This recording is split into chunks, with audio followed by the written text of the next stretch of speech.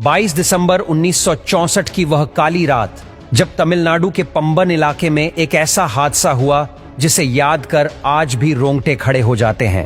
Pamban bridge, जो भारत को पंबन द्वीप और रामेश्वरम से जोड़ता है, उस रात कुदरत के कहर का गवाह बना।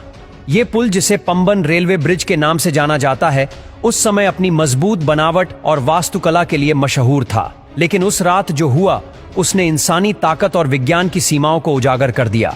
उस दिन सब कुछ सामान्य था। चेन्नई से रामेश्वरम जाने वाली ट्रेन पंबन द्वारका एक्सप्रेस अपनी नियमित यात्रा पर थी। ट्रेन के डिब्बे यात्रियों से भरे हुए थे। कोई तीर्थ यात्रा के लिए उत्साहित था तो कोई अपने परिवार से मिलने की खुशी में मग्न था। किसी को क्या पता था कि यह सफर उनकी जिंदगी का आखिरी सफर बनने वाला है।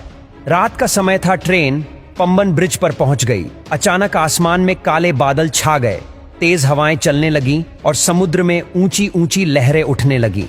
यह एक चक्रवात का संकेत था, एक विनाशकारी तूफान का, जिसने कुछ ही घंटों में पूरे इलाके को तबाह कर देना था।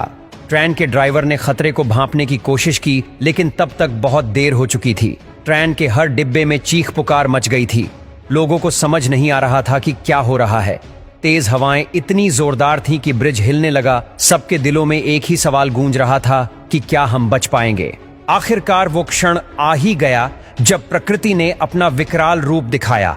समुद्र की लहरें इतनी ऊंची हो गईं कि उन्होंने ब्रिज को चारों ओर से घेर लिया।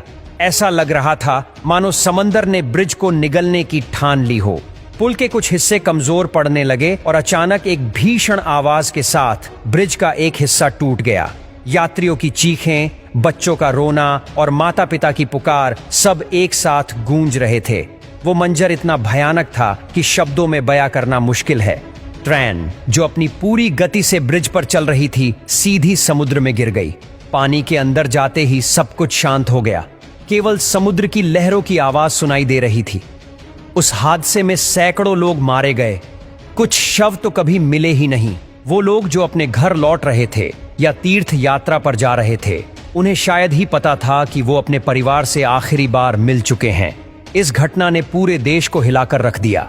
सरकार ने तुरंत राहत कार्य शुरू किए। नेवी और स्थानीय मछुआरों ने मिलकर बचाव अभियान चलाया, लेकिन चक्रवात की तीव्रता के कारण बचाव कार्य में काफी मुश्किलें आई। इस हादसे के बाद पंबन ब्रिज को दोबारा बनाने की प्रक्रिया शुरू हुई।